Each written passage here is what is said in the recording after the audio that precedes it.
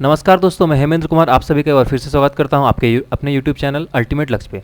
दोस्तों, जैसा कि आपको पता है कि मैं हिस्ट्री का क्लास कर रहा हूं, तो आज ये मेरा हिस्ट्री का जो है 11 पार्ट है। लेकिन कौन सा हिस्ट्री? तो मेडिवल हिस्ट्री का 11 नंबर पार्ट है। इसके पहले मैंने एंशिएंट हिस्ट्री का जो 13 पार्ट में वीडियो खत्म किया था, आप लोग जो है वो वीडियो देख सकते हैं। मैंने जो उसका लिंक है डिस्क्रिप्शन बॉक्स में डाल दिया है, तो आप लोग वहाँ से जाकर के पूरा एंशिएंट हिस्ट्री का 1 से लेकर 13 पार्ट तक वीडियो एक बार में देख सकते हैं। ठीक है, और इसके जो पहले का पार्ट है, मैंने 1 से लेकर 10 तक जो वीडियो किया है बनाया है, उसका भी जो लिंक है मैंने डिस्क्रिप्शन बॉक्स में डाल दिया है, आप लोग वहाँ से जाकर के देख सकते हैं। ठीक है दोस्तों, वीडियो शुरू करने से पहले मैं आपसे रिक्वेस्ट करना चाहूँगा कि यदि अभी तक आपने हमारा चैनल सब्सक्राइब नहीं किया है तो सब्सक्राइब कर लें और बेल आइकन को क्लिक कर लें। उससे क्या होगा, हम लोग कोई भी वीडियो यदि अपलोड करेंगे तो उसकी नोटिफिकेशन आपको तुरंत मिल जाएगी और आप लोग वहाँ से जाकर के तुरंत वीडियो को देख सकते हैं। ठीक है दोस्तों, जो अभी फर्स्ट टाइम हमारे वीडियो से जुड़ रहे हैं, मैं उनसे ये रिक्वेस्ट भी करना चाहता हूँ कि यदि अभी तक आपने हमारा पुराना वीडियो नहीं देखा है तो पहले उसे जरूर जा करके देख लें। आप लोग यदि उसे देखेंगे स्टार्टिंग से तो क्या होगा, आपको पूरा का पूरा हिस्ट्री समझ में आ जाएगा कि जो मैंने पहले एंशिएंट हिस्ट्री कराया आप लोग पहले वो भी देख लें। उसके बाद फिर जो मिडिवल हिस्ट्री का अभी तक का जो 10 पार्ट है सारा आप लोग देख लें तो आपके लिए बेटर होगा। ठीक है, तो हम लोग जो है अभी पिछले पार्ट में मुगल एम्पायर के बारे में पढ़ रहे थे, तो अभी भी हमारा जो मुगल एम्पायर है वो कंटिन्यू चलेगा।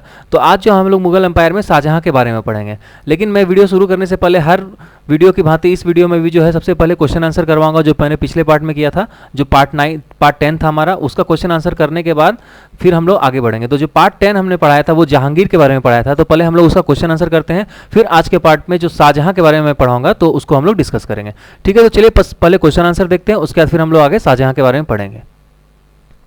तो पहला क्वेश्चन है कि जहांगीर का मकबरा किसने बनवाया था? तो जहांगीर का मकबरा जो है उनकी बेगम नूरजहां ने बनाया था।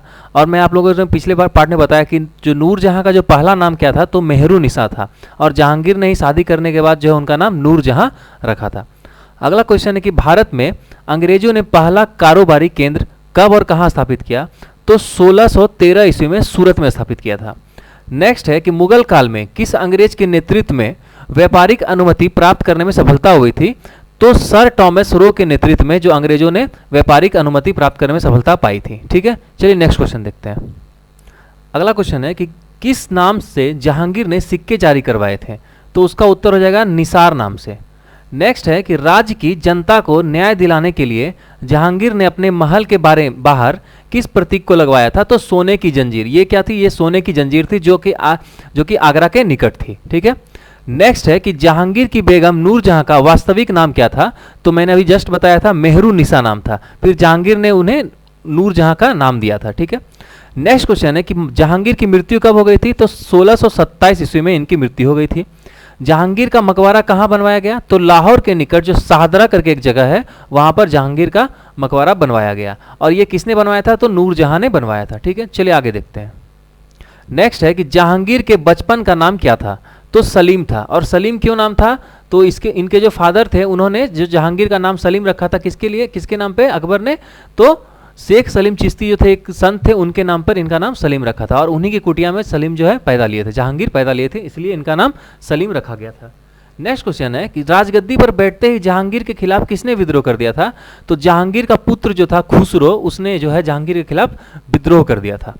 अगला क्वेश्चन है कि गुलाब से इत्र निकालने की विधि किसने खोजी थी? तो नूरजहां की मां असमत बेगम ने खोजी थी। ठीक है, चलिए हम लोग अगला क्वेश्चन देखते हैं कि जहांगीर ने सिखों के किस गुरु को शहजादा खुसरो की सहायता करने के कारण फांसी की सजा दी थी? तो उसका उत्तर हो जाएगा 5वें गुरु अर्जुन देव। तो जो सिखों के 5वें गुरु अर्जुन देव थे, उन्होंने क्या है कि खुसरो की जो सहायता प्रदान की थी उनको विद्रोह में। तो इसके कारण से क्या हुआ, जब जहांगीर को ऐसा पता चला तो इन्होंने क्या किया, गुरु अर्जुन देव को फांसी दे दी थी। ठीक है, चलिए नेक्स्ट क्वेश्चन देखते हैं। अगला क्वेश्चन है कि जहांगीर ने किसके नेतृत्व में आगरा में एक चित्रशाला की स्थापना की थी? तो आगा राजा के नेतृत्व में। और ये आगा राजा कौन थे? तो ये प्रसिद्ध चित्रकार थे जहांगीर के राज दरबार में। नेक्स्ट है कि किसके नेतृत्व में पहली बार मुगल दरबार में अंग्रेज आए थे? तो जो कैप्टन हॉकिंस जो थे, इनके ही नेतृत्व में जो है अंग्रेज पहली बार मुगल दरबार में हाजिर हुए थे। अगला क्वेश्चन है कि जहांगीर किसे न्याय का प्रतीक मानता था? तो सोने की जंजीर को न्याय का प्रतीक मानता था। कौन? तो जहांगीर। अगला और आखिरी क्वेश्चन है कि महाराणा प्रताप के पुत्र अमर सिंह के विरुद्ध जहांगीर ने किसे सैन्य अभियान का जिम्मा सौंपा था? तो शाहजादा खुर्रम। और यही जो शाहजादा खुर्रम है आगे जाकर के शाहजहां की उपाधि से दिल्ली की गद्दी पर बैठा, किसके बाद? तो जहांगीर के बाद। तो चलिए अब हम लोग शाहजहां के बारे में पढ़ते हैं। ठीक है, तो जहांगीर के बाद जो शाहजहां बैठा गद्दी पर, ठीक है, दिल्ली की, तो कब से कब तक बैठा, तो जो शाहजहां का जो काल था वो 1627 ईस्वी से 1658 ईस्वी तक था। वो उसके बाद क्या हुआ कि जो शाहजहां का जो बचपन का नाम क्या था, खुर्रम था। मैंने पिछले अभी जो क्वेश्चन आंसर कराया उसमें बता रहा था मैं। उसके बाद क्या हुआ कि उसका जन्म जो है 1592 ईस्वी में लाहौर के एक हिंदू माता के गर्भ से हुआ था, ठीक है। जो शाहजहां का पुत्र जो जन्म हुआ था तो वो लाहौर के एक हिंदू माता के गर्भ से हुआ था। वह बहुत ही बड़ा महत्वाकांक्षी और प्रतिभाशाली व्यक्ति था। 1612 ईस्वी में उसका विवाह आसफ खां की पुत्री से हुआ, परंतु नूरजहां की पुत्री शहजादा शहरयार से विवाह होने के कारण नूरजहां का व्यवहार पक्षपात पूर्ण हो गया था। जो ये नूरजहां जो थी इनकी पुत्री का जो विवाह हुआ था किसके साथ, तो शहजादा शहरयार के साथ हुआ था, और इसके कारण जो है जो नूरजहां जो है इनका जो है पक्षपातपूर्ण जो है व्यवहार हो गया था शाहजहां के विरुद्ध। अगला पॉइंट है कि 1622 में शाहजहां के विद्रोह का भी यही कारण था। जो शाहजहां का विद्रोह का कारण क्या था, तो यही था कि जो नूरजहां की जो पुत्री का विवाह शहजादा शहरयार से हुआ था, तो उन्हीं का जो पक्ष लेते थे नूरजहां, इसी कारण से जो है खुसरो ने जो क्या किया था, जो विरोध किया था शाहजहां ने अपने पिता के खिलाफ, ठीक है। चलिए नेक्स्ट देखते हैं हम लोग। नेक्स्ट है कि 1627 ईस्वी में जब जहांगीर की मृत्यु हुई तो सिंहासन पर बैठने हेतु नूरजहां ने शहरयार का और आसफ खां ने शाहजहां का पक्ष लिया था। जब जहांगीर की मृत्यु हो गई तो जो नूरजहां ने अपने जो दामाद थे उनके शहरयार का सब पक्ष लिया था, और आसफ खां ने शाहजहां का पक्ष लिया था, ठीक है। फिर शाहजहां उस समय दक्षिण में था तथा शीघ्र वहां नहीं पहुंच सका था। जब ऐसा मतलब ये चल रहा था राजगद्दी पर कौन बैठेगा, तो उसमें जो शाहजहां है वो दक्षिण भारत में था और वो वहाँ से जो है मतलब पहुँच नहीं पा रहा था जल्दी। उसके परिणाम स्वरूप क्या हुआ कि आसफ खां ने जो है अंतरिम प्रबंध के रूप में खुसरो के पुत्र दावर बख्श को सिंहासन पर बैठा दिया। जो खुसरो थे उनके पुत्र दावर बख्श को सिंहासन पर बैठा दिया। नूरजहां ने सार्वजनिक जीवन से अवकाश प्राप्त कर लिया तथा शहरयार को बंदी बनाया गया। जो नूरजहां ने क्या किया, अवकाश प्राप्त कर लिया। जब उनका बात नहीं माना गया तो उन्होंने अवकाश प्राप्त कर लिया, और उसके बाद जो है शाहजहां ने खुद उन्हें जो है भेज दिया, और उनको जो है मतलब पेंशन के रूप में कुछ राशि प्रदान करके भेज दिया गया उन्हें, ठीक है। उसके बाद क्या हुआ कि 1628 में शाहजहां के आगमन पर उसका राज्याभिषेक हुआ और दावर बख्श को फारस भेज दिया गया। तो 1628 में शाहजहां का राज्याभिषेक हुआ और जो दावर बख्श था, ये खुसरो का जो पुत्र था, उसे फारस भेज दिया गया। नेक्स्ट क्या होगा, सौभाग्यवश दावर बख्श जो है अपना जीवन काल बचाने में सफल रहा। मतलब यदि ये दावर बख्श जो है यदि ये इस बात को नहीं मानता तो उसकी मृत्यु हो जाती, उसे मृत्यु दंड दे दिया था और शाहजहां तो गद्दी पर बैठता ही बैठता। फिर क्या हुआ, शाहजहां अपने सभी संबंधियों की हत्या के लिए उत्तरदायी था। तो बहुत सारे संबंधी को मतलब की जो हत्या हुई थी उसका उत्तरदायित्व तो कौन लिया था, तो शाहजहां ही लिया था। शाहजहां के ही नेतृत्व में बहुत सारे की हत्या हो गई थी। नेक्स्ट है कि 1645 में नूरजहां की मृत्यु हो गई, ठीक है। चलिए आगे देखते हैं। नेक्स्ट है कि 1612 ईस्वी में खुर्रम का विवाह आसफ खां की पुत्री, मैंने अभी पिछले पार्ट में बताया था, मतलब पिछले स्लाइड में बताया था कि जो खुर्रम का विवाह आसफ खां की पुत्री अर्जुमंद बानो बेगम से हुआ, जिसे शाहजहां ने मलिका ए जमानी की उपाधि प्राप्त की। तो ये क्वेश्चन बहुत इंपॉर्टेंट है कि शाहजहां ने किसे मलिका ए जमानी की उपाधि प्राप्त दी थी, तो जो आसफ खां की पुत्री थी अर्जुमंद बानो बेगम को, ठीक है। 1631 ईस्वी में प्रसव पीड़ा के कारण उसकी मृत्यु हो गई। जो अर्जुमंद बानो बेगम थी, इनकी मृत्यु कब हो गई, तो 1631 ईस्वी में। क्यों, तो प्रसव पीड़ा के कारण। फिर क्या हुआ कि 24 फरवरी 1628 को शाहजहां आगरे में अब्बुल मुजफ्फर साहबुद्दीन मोहम्मद साहिब किरण ए सानी की उपाधि प्राप्त कर सिंहासन पर बैठा। तो सोचिए इतना बड़ा जो उपाधि है लेकर के वो शाहजहां जो है सिंहासन पर बैठा। कब, तो 24 फरवरी 1628 ईस्वी में, ठीक है। तो क्या उपाधि का क्या नाम था, तो अब्बुल मुजफ्फर साहबुद्दीन मोहम्मद साहिब किरण ए सानी की उपाधि, ठीक है। नेक्स्ट है कि शाहजहां ने आसफ खां को वजीर बना दिया था, ठीक है। उसके बाद क्या हुआ, वजीर क्या होता था, जो मुगल काल है, वजीर का मतलब होता था वहां का प्रधानमंत्री, ठीक है। नेक्स्ट है कि इसने नूरजहां को 2 लाख रुपये प्रतिवर्ष पेंशन के रूप में लाहौर भेज दिया। मतलब नूरजहां जो थे उनको क्या किया, लाहौर भेज दिया प्रतिवर्ष पेंशन के रूप में। और पिछले स्लाइड में मैंने बताया था कि जो नूरजहां की मृत्यु कब हो गई थी, तो 1645 ईस्वी में हो गई थी। नेक्स्ट है कि अपनी बेगम मुमताज महल की याद में शाहजहां ने ताजमहल का निर्माण कराया और आगरे में उसी की कब्र के ऊपर करवाया था।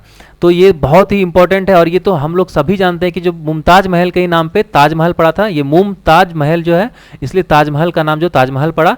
और ये किसकी याद में बनाया, तो मुमताज महल की याद में बनाया। और ये ताजमहल के ही अंदर जो है उनका कब्र है, तो कब्र के ऊपर ही ताजमहल बनाया गया। तो हम एक तरह से बोल सकते हैं कि जो ताजमहल है ये मुमताज महल का मकबरा है। ठीक है, नेक्स्ट है कि ताजमहल का निर्माण कराने वाला जो मुख्य स्थापत्य कलाकार था उसका नाम था उस्ताद अहमद लाहौरी। तो ये इंपॉर्टेंट क्वेश्चन है, आप इसको नोट कर लें कि ताजमहल का जो निर्माण कराने वाला प्रमुख स्थापत्य कलाकार था वो कौन था, उस्ताद अहमद लाहौरी। उसके बाद नेक्स्ट है कि मयूर सिंहासन का निर्माण भी शाहजहां ने करवाया और इसका मुख्य कलाकार था बादल खां। और ये मयूर सिंहासन है, इसी में जो सबसे जो इंपॉर्टेंट हीरा था, सबसे महंगा हीरा था कोहिनूर भी इसमें जड़ा हुआ था। ठीक है, चलिए नेक्स्ट देखते हैं। नेक्स्ट क्या हुआ कि शाहजहां ने उसके अलावा जो और कुछ कुछ जो बनाया था तो उसमें से कौन कौन सा फेमस है, तो दिल्ली का लाल किला, ये आप देख रहे हैं, ये दिल्ली का लाल किला का तस्वीर है। उसके बाद दीवाने आम, ये दीवाने आम भी उन्होंने बनाया। फिर दीवाने खास, जो ये है दीवाने खास। फिर दिल्ली की जामा मस्जिद, ये जो दिल्ली की जामा मस्जिद है इसका भी निर्माण किसने कराया, तो शाहजहां ने कराया। आगरा का मोती मस्जिद, ये जो आगरा का मोती मस्जिद है इसका भी निर्माण किसने कराया, तो शाहजहां ने कराया। और आखिरी में अभी मैंने बताया है कि जो ताजमहल का निर्माण है वो किसने कराया, तो शाहजहां ने ही करवाया था। ठीक है, नेक्स्ट है कि शाहजहां ने 1638 ईस्वी में अपनी राजधानी को आगरा से दिल्ली लाने के लिए यमुना नदी के तटीने दाहिने तट पर शाहजहानाबाद की स्थापना की। ठीक है, तो ये क्वेश्चन बहुत इंपॉर्टेंट है कि शाहजहां ने 1638 ईस्वी में अपनी राजधानी को आगरा से दिल्ली लाने के लिए यमुना नदी के तट पर कौन सा शहर की स्थापना की, तो शाहजहानाबाद की।